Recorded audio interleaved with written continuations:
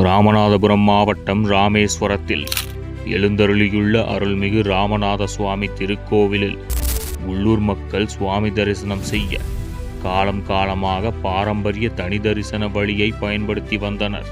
தற்போது விடியா திமுக ஸ்டாலின் மாடல் அரசின் கீழ் உள்ள அறநிலைத்துறை திருக்கோவில் நிர்வாகம் உள்ளூர் மக்கள் பயன்படுத்தி வந்த பாரம்பரிய தரிசன வழியை எந்தவித முன்னறிவிப்பும் இன்றி மூடியிருப்பதோடு இனி ரூபாய் 200 கட்டணம் செலுத்தினால் மட்டுமே தரிசனம் செய்ய முடியும் என்று அறிவுறுத்தியிருப்பது உள்ளூர் பக்தர்களின் வழிபாட்டு உரிமைகளுக்கு எதிரானதாகும். மேலும் பக்தர்களிடம் தரிசன கட்டணம் வசூலிக்க வேண்டும் என்பதற்காகவே ராமநாத சுவாமி திருக்கோவிலில் உள்ள காசி விஸ்வநாதர் சந்நிதி மற்றும் தட்சிணாமூர்த்தி சன்னதி முன்பு கம்பி வேலிகள் போட்டு அடைத்து வைத்திருப்பதாகவும் பக்தர்கள் புகார் தெரிவித்துள்ளனர். ராமேஸ்வரத்தில் உள்ள ராமநாதசாமி கோயிலில் உள்ளூர் மக்கள் தரிசனம் செய்து வந்த தனி வழியை மூடிய கோயில் நிர்வாகத்தை கண்டித்து ஆர்ப்பாட்டம் நடைபெற்றது. ராமநாதசாமி கோயிலில் காலம் காலமாக உள்ளூர் மக்கள் தரிசிக்க தனி வழி இருந்து வந்தது.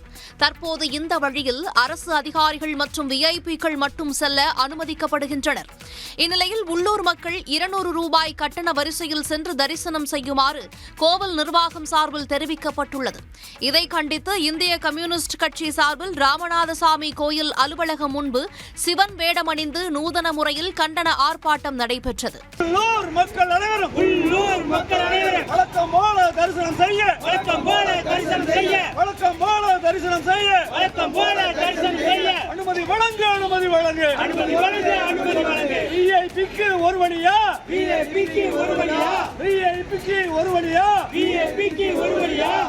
மக்களுக்கு வழி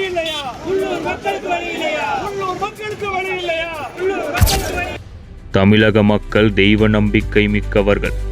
ஆண்டவன் அருளை பெறுவதற்காக மன தூய்மையோடு கோவிலுக்கு வரும் உள்ளூர் மக்களின் மனதை புண்படுத்தும் வகையிலும் அவர்களுக்கு ஆற்றொன்னா துயரத்தையும் செலவையும் ஏற்படுத்தும் வகையிலும் எடுத்துள்ள கட்டண வசூல் நடவடிக்கைகளை உடனடியாக திரும்பப் பெற வேண்டும் என்று இந்து சமய அறநிலைத்துறையை வலியுறுத்துகிறேன்.